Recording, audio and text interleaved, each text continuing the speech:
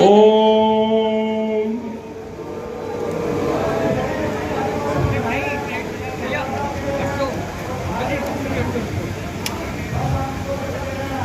मौतें हुई हैं, घर जला दिए गए, नफरत के बीज बो दिए गए।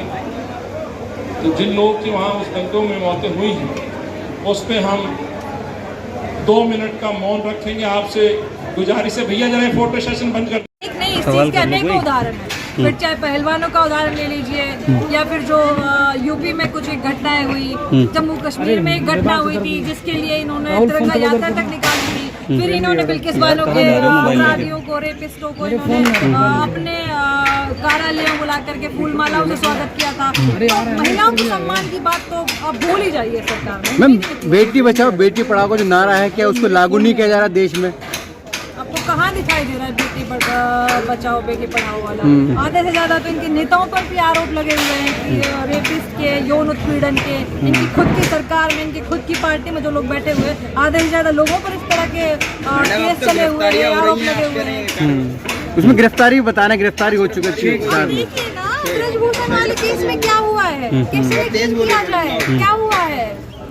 अभी तक वो सांसद बने हुए हैं। दूसरी तरफ आप राहुल गांधी जी को एक छोटी सी नॉर्मल स्पीच पे, जिसमें कोई गाली गलौज नहीं थी, कोई इस तरह का शब्द नहीं था, आपने राहुल गांधी जी को सीधा डिस्क्वालीफाई कर दिया। उस बंदे को जो आपके साथ पीएम की रेस में था, इतने बड़े नेता को आपने डिस्क्वालीफाई कर दिया। आप राहुल गांधी की बात कर रही हैं और कहते हैं कि मणिपुर गए थे तो राजनीति करने के लिए गए थे वहाँ पर। देखिए, ऐसी राजनीति की आज इस देश को जरूरत है जो अपने लोगों के आंसू पूछने, लोगों के पास जार वेदना प्रकट कर सके।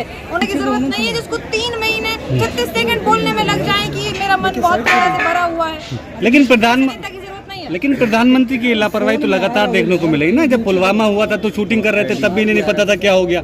सीमा हैदर देश में घुस गई तो भी नहीं पता होता है। पूरी तरह से इस देश के प्रधानमंत्री जी, भाजपा तंत्र पूरी तरह से फेल, हर चीज में फेल रहा है, किसी एक विषय में नहीं। चाहे वो महिलाओं की सुरक्षा की बात हो, चाहे वो इस देश की सुरक्षा की बात हो, सीमा की सुरक्षा की बात हो। बड़ा कहते थे ना, ये देश सुरक्षित हाथों में है, इस देश की सीमा सुरक्षित है, ये देश इतना सुरक्षित हाथों में है कि यहाँ 5 पाकिस्तानी आ जाते हैं और 1.5 महीने 2 महीने तक आपको पता नहीं चलता कि आपके नाक के नीचे कोई पाकिस्तानी आ गया।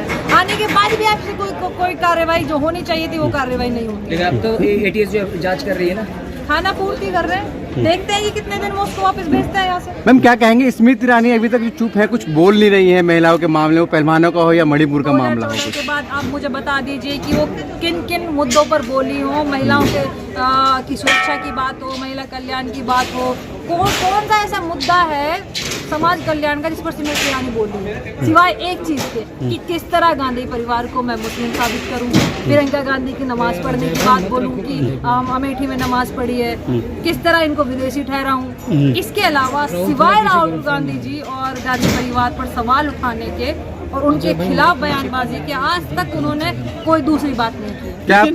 लेकिन मीडिया भी तो इस चीज को नहीं दिखा रहा ना, जो हालात मणिपुर के हैं वो दिखा रहा है। सीमा हैदर थोड़ी ना मीडिया का नाम गोदी मीडिया पड़ा है, यूं ही थोड़ी ना गोदी मीडिया नाम पड़ा है। दिखाता है, बीबीसी दिखाता है, गार्जियन में मेरी खुद की फोटो था, गार्जियन में जी यूके की न्यूज़पेपर मैंने देखा, खुद की फोटो था, गार्जियन में आई है, अभी प्रोटेस्ट की 3 दिन पहले।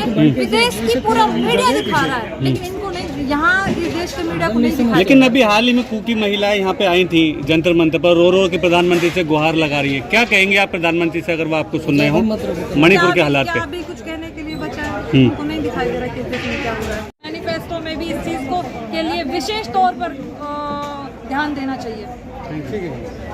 आईसीसी के वरिष्ठ पदाधिकारी, दिल्ली के वरिष्ठ पदाधिकारी, पूरे प्रदेश के सभी नेताओं और कार्यकर्ताओं, यहाँ पधारे हुए, बड़ी मात्रा में पधारे हुए सिविल सोसाइटी के सदस्य और साथ साथ ये कार्यक्रम में उपस्थित सभी पत्रकार मित्रों, आज का ये जो कार्यक्रम है मौन सत्याग्रह का, हम सब जानते हैं कि राहुल जी ने जो यात्रा, भारत जोड़ो यात्रा शुरू की और उसके साथ उन्होंने जो देश में नफरत के सामने मोहब्बत का एक पैगाम देना शुरू किया। उन्होंने लाखों करोड़ों किसानों और मजदूरों की आवाज़ उठानी शुरू कर दी। ये देश के लाखों वंचितों के लिए उनके हक और अधिकार की मुद्दे उठाने शुरू कर दिए।